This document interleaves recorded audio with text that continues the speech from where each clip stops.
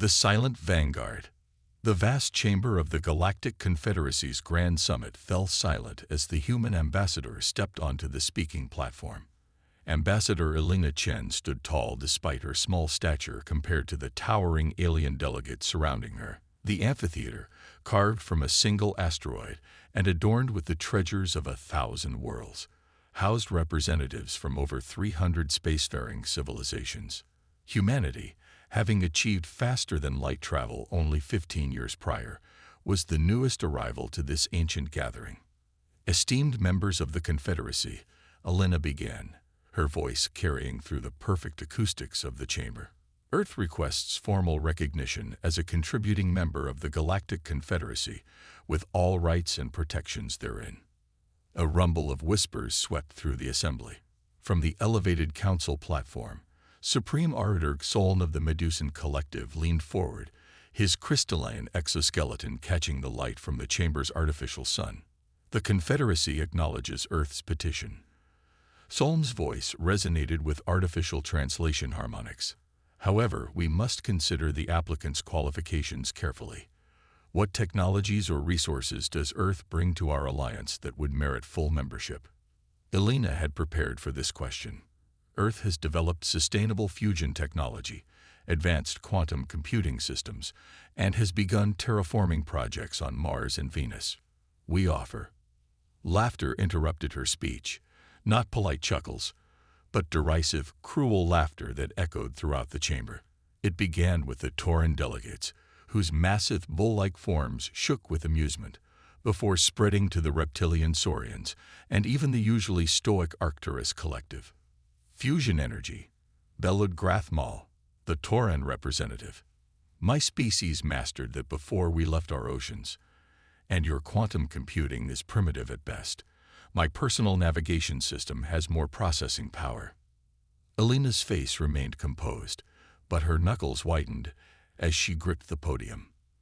Earth is young in galactic terms, but our rate of advancement is unremarkable, interrupted Soln, silencing the chamber. Humanity's trajectory is well documented. You are the 7th Type 1 civilization to achieve FTL travel in the last millennium. Your patterns of development are predictable. The Confederacy values established powers and rare resources, not potential. The implication hung in the air like a storm cloud. Earth was neither powerful enough to be feared nor resource-rich enough to be valued. Elena caught the subtle exchanges of glances between the Tauran and Saurian delegations. Something predatory lurked beneath their diplomatic veneers. The Council has deliberated, Soln announced, though no visible communication had occurred. Earth's petition for membership is denied. Observer status is granted for a period of 50 standard cycles. The human representative may attend open sessions, but holds no voting rights or territorial protections. The message was clear. Earth was alone in a galaxy that viewed it as insignificant. General Maya Okafor stood at the observation window of the Lunar Command Center, watching Earth rotate slowly in the void. Behind her, holographic displays showed the real-time monitoring of 17 covered operations across the solar system. The Confederacy's dismissal was expected, she said without turning.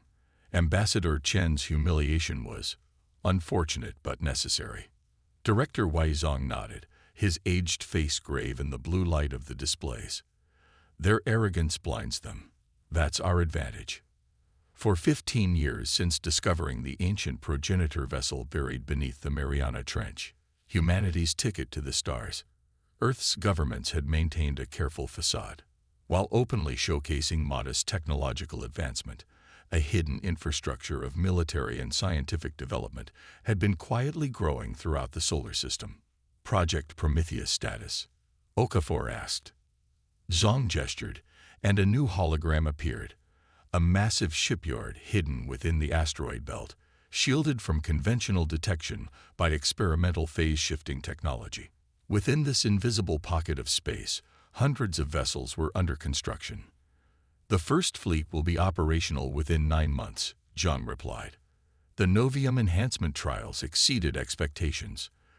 We've achieved efficiency rates that the Confederacy believes theoretically impossible. Novium, The real reason for the Confederacy's growing attention. Discovered by accident during deep ocean mining operations, the element existed nowhere else in known space in such concentrations. Its energy manipulation properties had revolutionized Earth's technology, but remained humanity's closest guarded secret. And they still believe it's just titanium we're mining. Their scans can't penetrate our shielding. As far as they're concerned, Earth is a resource-poor world with mediocre technology. General O'Keffer's expression hardened. I've lived through 3 wars, Director. I know predators when I see them. The Taurans and Saurians weren't just dismissive, they were calculating. They want something from us. Our intelligence networks have intercepted communications. Jean confirmed. The Confederacy operates on a principle of resource acquisition. Worlds without protection status are considered harvesting grounds. How long do we have? Their invasion fleet is already assembling at the edge of the Oort cloud. Preliminary estimates give us 3 months, possibly less. Okafor turned from the window, her face set with determination. Then we accelerate the timetable. Activate all shipyards. Begin deploying the Deep Space Defense Network. And contact the Arden representatives. It's time to formalize our alliance. In the shadows of Saturn's rings, the human research vessel Galileo drifted silently, its advanced cloaking systems rendering it invisible to conventional sensors. Inside its conference room, Captain Layla Ahmadi faced the alien delegation. The Ardens were striking in appearance, slender humanoids with bioluminescent patterns flowing beneath translucent skin, conveying emotions and thoughts in complex light displays.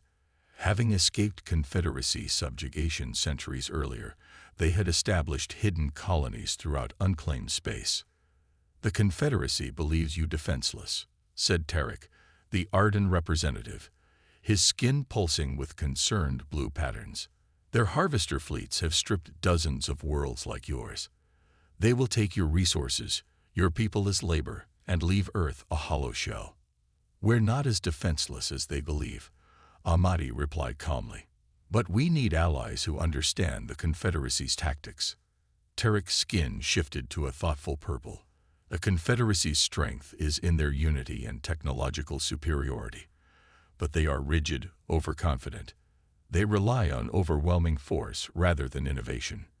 And that's where humans excel. Ahmadi smiled. We've spent our history turning disadvantages into victories. The Arden studied the human captain for a long moment.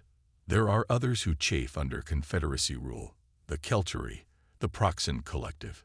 If Earth could demonstrate genuine resistance, a beacon of hope, Ahmadi nodded. We intend to be more than that.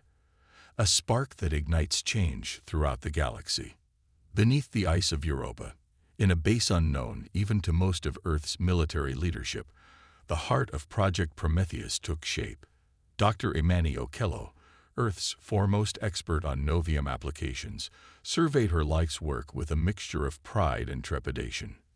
The Vanguard, humanity's answer to Confederacy supremacy. Not the largest warship ever built, but perhaps the most advanced vessel the galaxy had ever known. Its Novium-enhanced systems operated on principles the Confederacy considered theoretical at best, impossible at worst. Final neural integration tests are complete, reported her assistant, Dr. Kwan. The biomechanical interface is stable. The ship can respond to tactical commands at thought speed. Okello ran her hand along the neural command chair, the culmination of human ingenuity and desperation. And the weapons systems. The phase cannons can penetrate any known shielding technology. The Novium disruption field has been successfully tested against captured Confederacy armor samples. Okello nodded, her expression somber. Humanity never wanted this. We reached for the stars hoping for friendship, for exchange of knowledge. The Confederacy made their choice, Kwan said firmly. They see us as prey. Okello's communicator chimed with an emergency alert. The message was brief. Confederacy advanced scouts detected beyond Neptune's orbit. The timeline had accelerated. Begin final launch preparations, she ordered. The Vanguard needs to be operational within the week. In the Confederacy's Grand Summit, Supreme Arbiter Xoln reviewed the harvest authorization for Sol system. The document was a formality. Thousands like it had been processed during his 2-century tenure. Earth's defenses. He inquired of Fleet Commander Drax, a hulking saurian whose scales bore the trophy markings of dozens of successful planetary harvests. Negligible, Drax replied with dismissive confidence. Primitive orbital platforms, a handful of interplanetary vessels with minimal weapons capability. Their military technology focuses on internal conflicts rather than space defense. And the resource surveys confirmed vast oceanic reserves suitable for conversion to colony worlds. The human population will provide adequate labor for at least 2 decades before depletion. Most importantly, our deep scans detected unusual energy signatures that may indicate undocumented element deposits. Soln's crystalline form shimmered with interest. New elements. Uncertain. Their shielding technology obscures precise readings, but the energy patterns are unusual. The humans have maintained communication with the Arden refugees, noted Xoln. Monitor these interactions. The Ardens are weak but cunning. It will not matter. Drax's mouth stretched in the saurian approximation of a smile, revealing rows of serrated teeth. I've allocated twice the standard harvest fleet. Earth will be secured within days of our arrival. See that it is, Xoln replied. The Council grows impatient with these primitive worlds that consume resources better utilized by advanced civilizations. Earth's rejection from the Confederacy has sealed its fate. Little did the Confederacy know that as they plotted Earth's destruction, humanity was silently preparing to upend the Galactic Order. The predators believed they were hunting easy prey, unaware they were awakening a sleeping giant whose fury would shake the foundations of their complacent empire. In the void between worlds, Earth's invisible armada waited, powered by technology the Confederacy couldn't imagine, crewed by a species that had spent its existence overcoming impossible odds. The galaxy had laughed at humanity's weakness. Soon, they would learn the cost of their arrogance. Defiance rising. The Confederacy Harvest Fleet emerged from hyperspace at the edge of the Sol system, a terrifying armada of over 200 vessels ranging from nimble scout ships to massive destroyers. At its center loomed the dreadnought Inevitable Dominion, a planet killer that had overseen the subjugation of dozens of worlds. Fleet Commander Drax stood on its command deck, his scaled hide gleaming under the bridge lights as he surveyed the tactical display of the primitive human system. Launch reconnaissance drones, he ordered. Standard harvest protocol. Neutralize their orbital defenses, then establish ground control points at these strategic locations. His clawed finger jabbed at Earth's major cities on the holographic display. Commander, his second-in-command reported, human communications indicate they've detected our presence. Their primitive defense networks are activating. Drax made the guttural sound that passed for saurian laughter. Let them see us coming. Fear softens resistance. He turned to his weapons officer. Target their largest orbital platform. Let's demonstrate our power. The Inevitable Dominion's main cannon charged, drawing enormous energy from its core. A blinding beam lanced across space, aimed at the International Space Station, humanity's most visible achievement in space. But the beam struck nothing but empty void. Target was not at recorded coordinates, reported a confused sensor operator. Drax hissed in irritation. Scan again. Find their stations and satellites. Sir, we're detecting unusual energy readings throughout the system. Something is interfering with our sensors. Before Drax could respond, communication screens activated across the bridge. The face that appeared belonged to General Maya Okafor of Earth's United Defense Command.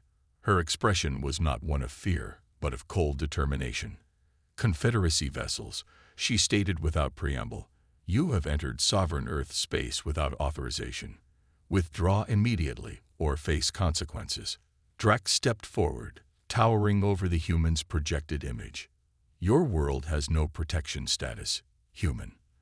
The Confederacy claims your resources by right of power. Surrender now and your people may survive as productive labor.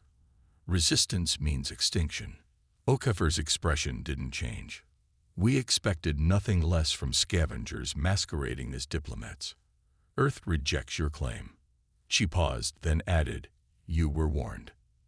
The transmission cut. Drax snarled dismissively. "Begin the harvest. Nullify any resistance." "Sir."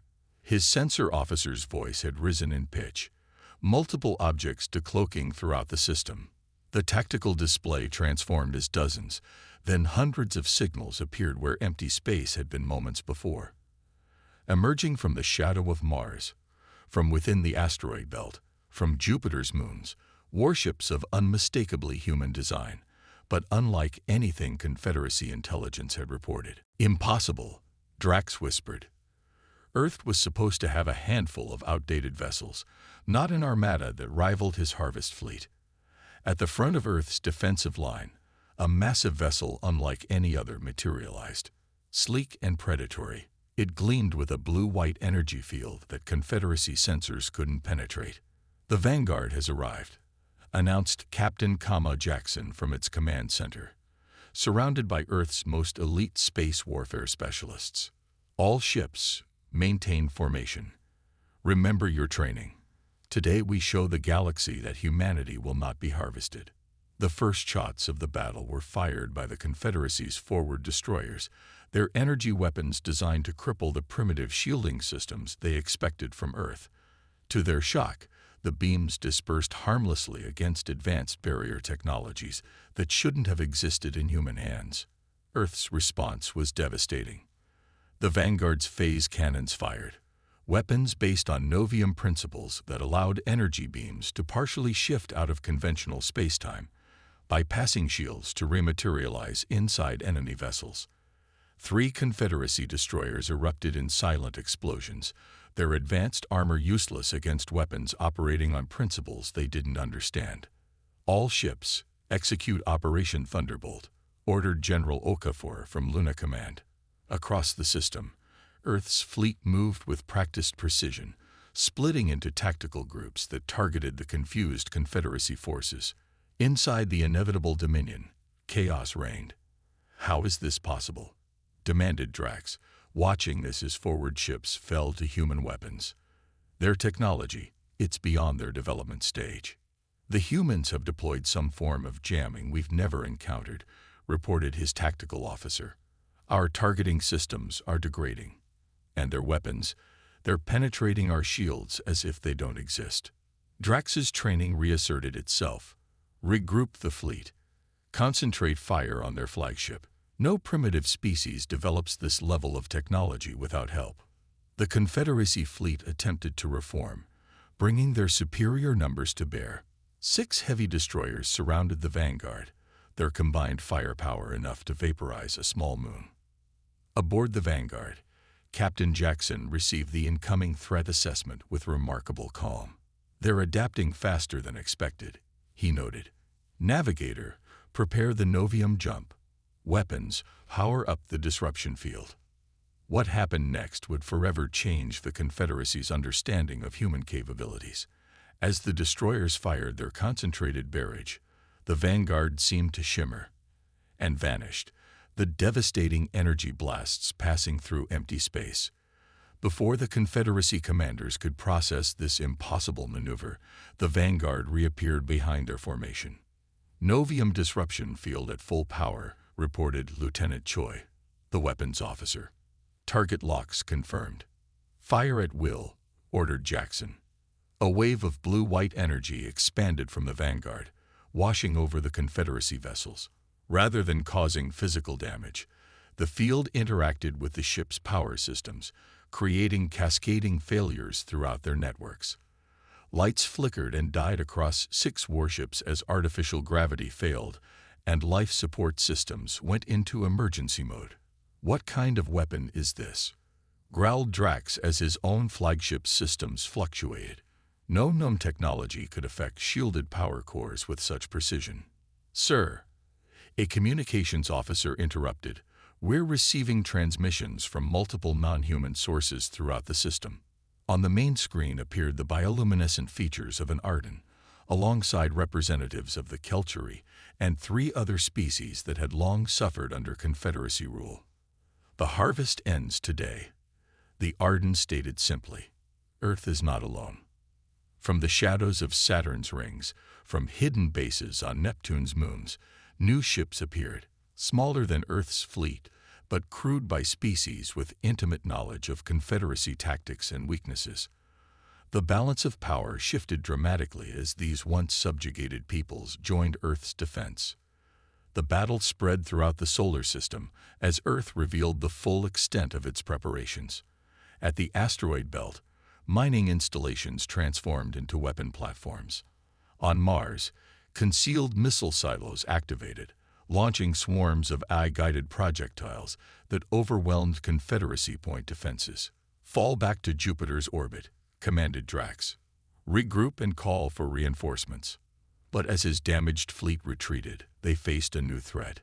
The previously uncharted space around Jupiter's moons had been transformed into a killing field. Miniature Novium reactors disguised as simple satellites created unpredictable gravitational distortions, trapping Confederacy ships in zones where their engines strained and shields flickered. General Okafor, Captain Jackson reported from the Vanguard. "Confederacy forces are retreating to Sector 7. The Jupiter defense grid is active." "Excellent," Okafor replied. "Deploy Phase 2 of the operation. Let's show them what happens when they threaten Earth." From Earth itself, a new wave of defenders launched. Smaller, faster ships piloted by Earth's most daring fighter pilots. These vessels, enhanced with Novium technology, moved in ways that defied conventional space combat doctrine, spiraling through Confederacy formations with impossible maneuvers. "They're not following standard evasion patterns," complained a Tauran commander whose battle group had joined Drax's fleet. "Our targeting algorithms cannot predict their movements." "Because they're not using computers to fly," realized Drax, watching the chaotic but effective human attack patterns. "They're flying manually, making intuitive decisions no algorithm would consider." The realization shook him. The Confederacy had standardized space combat into a science, relying on superior technology and predictive algorithms.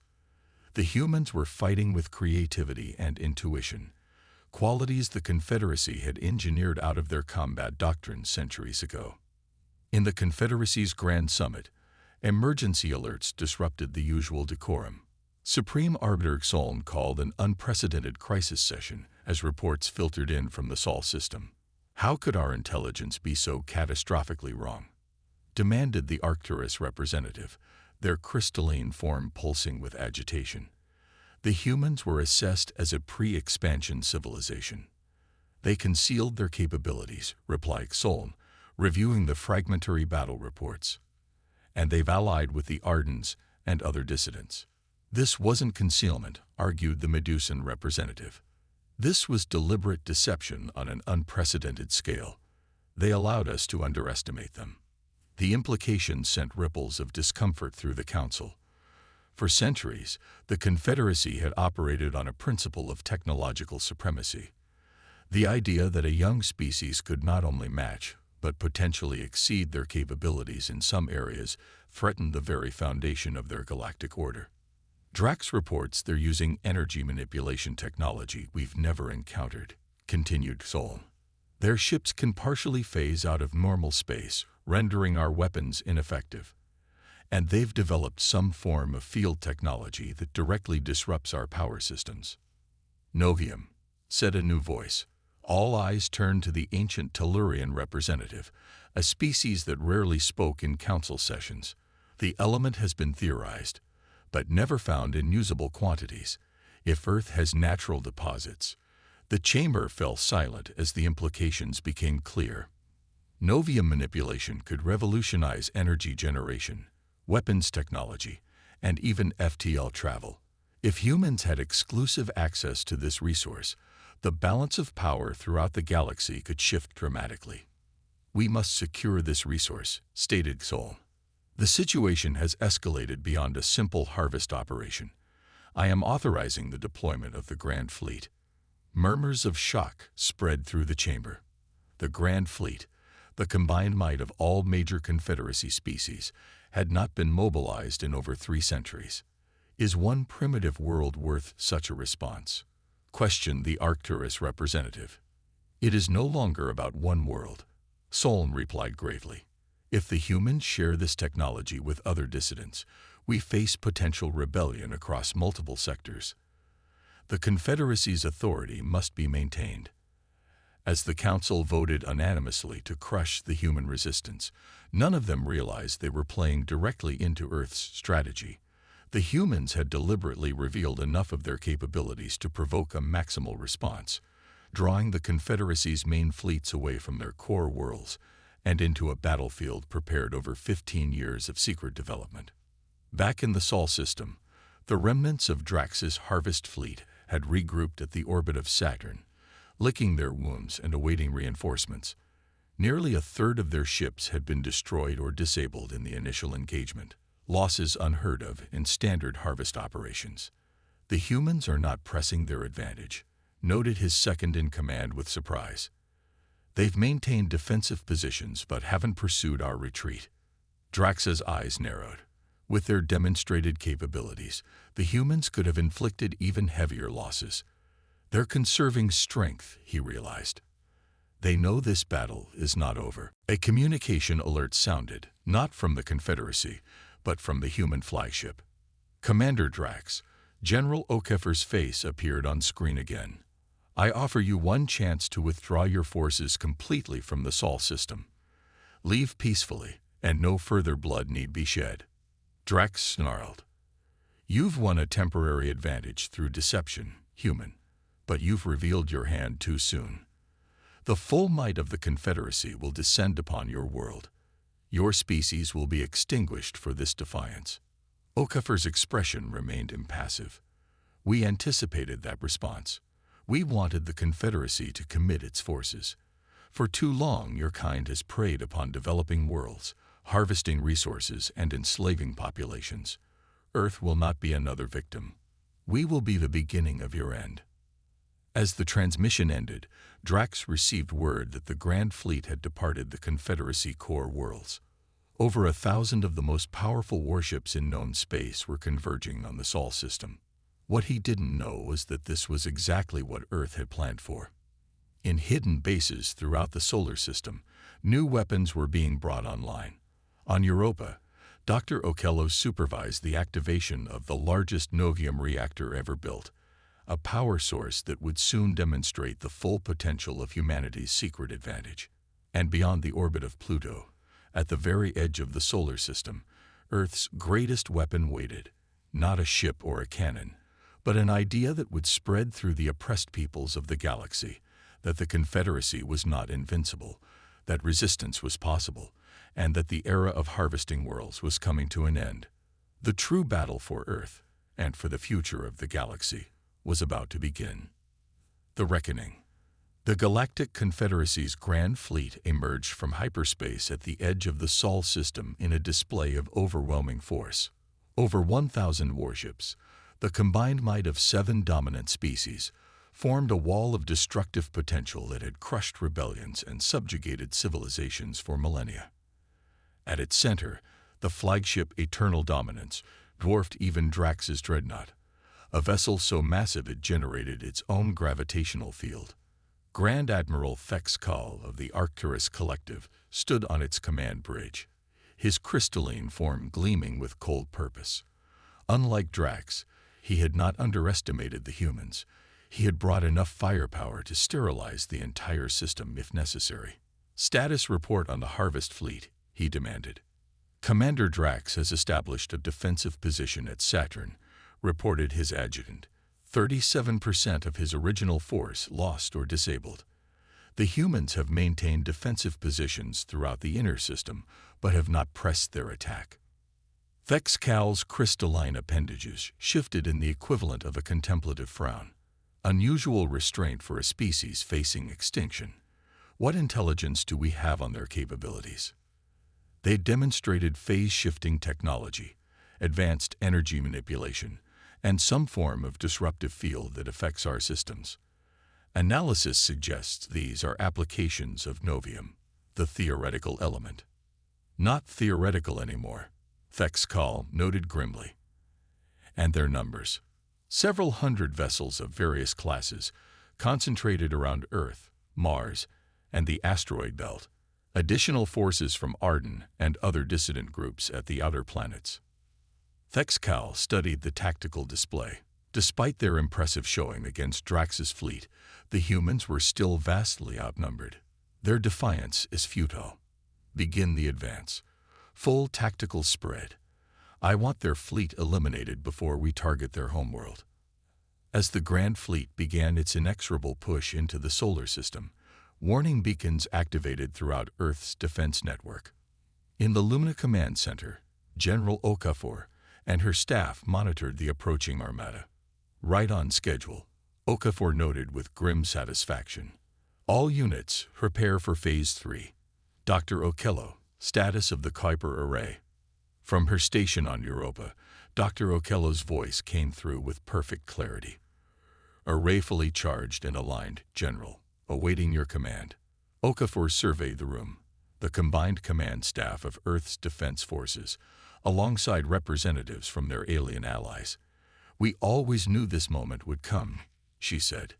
Everything we've done. The deception, the secret development, the alliances we've forged, was in preparation for this day. The Confederacy believes they're coming to crush a troublesome uprising. Instead, they're walking into the end of their domination. She activated the fleet-wide communication system. All ships, this is General Okafor.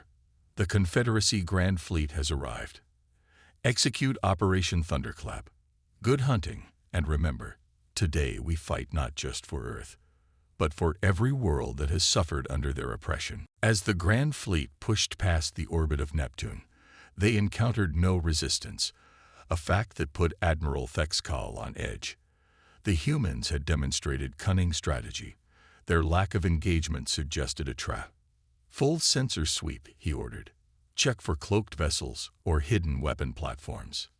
Nothing detected, Admiral, reported his sensor officer. Wait. Energy spike at the Kuiper Belt. Beyond the traditional boundary of the solar system, dozens of seemingly insignificant objects simultaneously activated. An array of satellites positioned throughout the Kuiper Belt, each housing a miniature novium reactor. As they powered up, they created something the Confederacy had long believed impossible, a system-wide disruption field.